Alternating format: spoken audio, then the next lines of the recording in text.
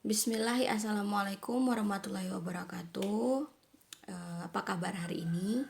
Alhamdulillah, hari ini kita bertemu kembali pada pembelajaran kita yang sama, yaitu pembelajaran Bahasa Indonesia kelas 11 dengan guru mata pelajaran yang sama. Pada pertemuan kita kali ini, kita akan membahas materi kita yang berjudul mempersiapkan proposal ataupun teks proposal. Setelah mempelajari materi ini, diharapkan siswa mampu mengidentifikasi bagian-bagian proposal, menemukan informasi yang dibaca untuk dikembangkan menjadi sebuah proposal. Tapi sebelum kita masuk ke materi, marilah kita sama-sama berdoa. Semoga pembelajaran kita hari ini berjalan dengan lancar dan bermanfaat untuk kita semua. Berdoa mulai. Berdoa selesai. Oke, pada materi kita yang kali ini kita akan membahas tentang proposal. Sebelum kita masuk materi, Ibu mau tanya, siapa yang sudah pernah melakukan kegiatan atau penelitian dengan menggunakan proposal? Kalau sudah pernah, silakan komentar di kolom komentar dan sebutkan kegiatan atau penelitian apa yang membuatmu harus menggunakan proposal. Oke. Materi kita yaitu proposal. Yang pertama itu pengertian proposal, yang kedua itu syarat-syarat menyusun proposal, yang ketiga itu tujuan proposal, dan yang terakhir itu fungsi proposal. Pada minggu lalu kamu sudah menemukan contoh proposal, jadi otomatis kali ini kamu akan mengetahui pengertian proposal, syarat-syarat menyusun proposal, tujuan proposal, dan fungsi proposal. Yang pertama, pengertian proposal. Secara umum, proposal adalah tulisan yang dibuat oleh penulis dengan maksud untuk menjelaskan rencana dan tujuan suatu kegiatan kepada para pembaca, sehingga mereka mendapatkan pemahaman tentang tujuan kegiatan tersebut. Ya, pada umumnya proposal merupakan sebuah program atau rencana suatu kegiatan yang sifatnya hanya sebagai usulan saja. Jadi proposal itu dibuat hanya sebagai usulan saja. Menurut para ahli, itu Ibu ambil 3 contoh. Yang pertama itu menurut KBBI, Kamus Besar Bahasa Indonesia. Jadi menurut KBBI, proposal itu berarti rencana yang dituangkan dalam bentuk rancangan kerja. Itu menurut KBBI. Yang kedua, menurut Hasnun Anwar, proposal adalah rencana yang disusun untuk kegiatan tertentu. Jadi kalau menurut KBBI dan menurut Hasnun, proposal ini sebuah rencana. Sama-sama menganggap bahwa rencana untuk sebuah kegiatan. Sedangkan menurut Jai, proposal adalah alat bantu manajemen standar keuangan untuk memanajemen agar manajemennya dapat berfungsi secara efisien. Jadi menurut Jai bahwa proposal ini dibuat untuk memanajemen keuangan atau standar manajemennya agar menjadi efisien. Itulah pengertian secara umum dan juga menurut para ahli.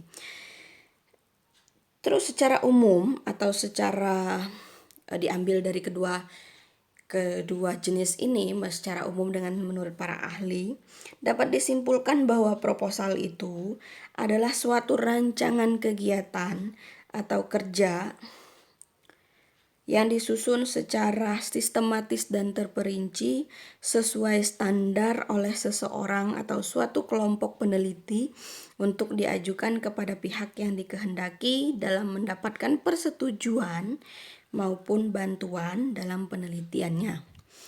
Jadi proposal itu adalah sebuah rancangan kegiatan untuk mendapatkan dukungan bantuan dalam bentuk penelitiannya.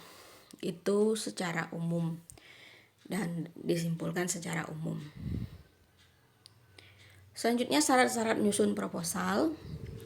Syarat-syarat menyusun proposal sendiri ada 4. Yang pertama harus memiliki struktur yang sangat jelas.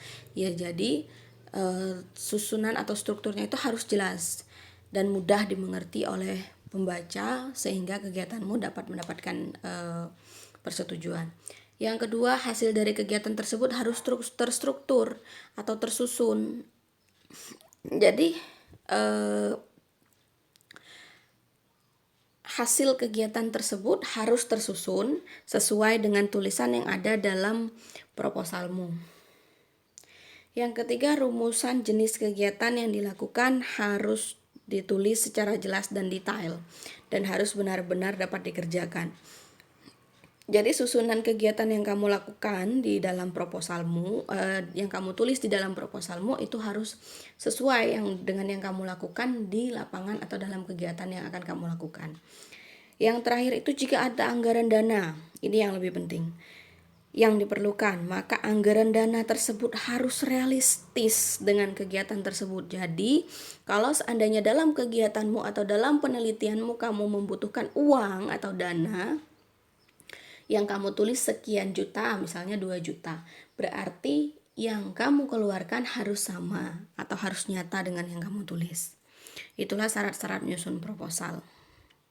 Yang selanjutnya itu tujuan proposal.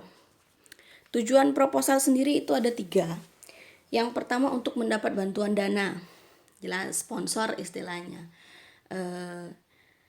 Untuk mendapatkan bantuan dana, bantuan berupa uang atau berupa apapun itu untuk mendapatkan bantuan dana.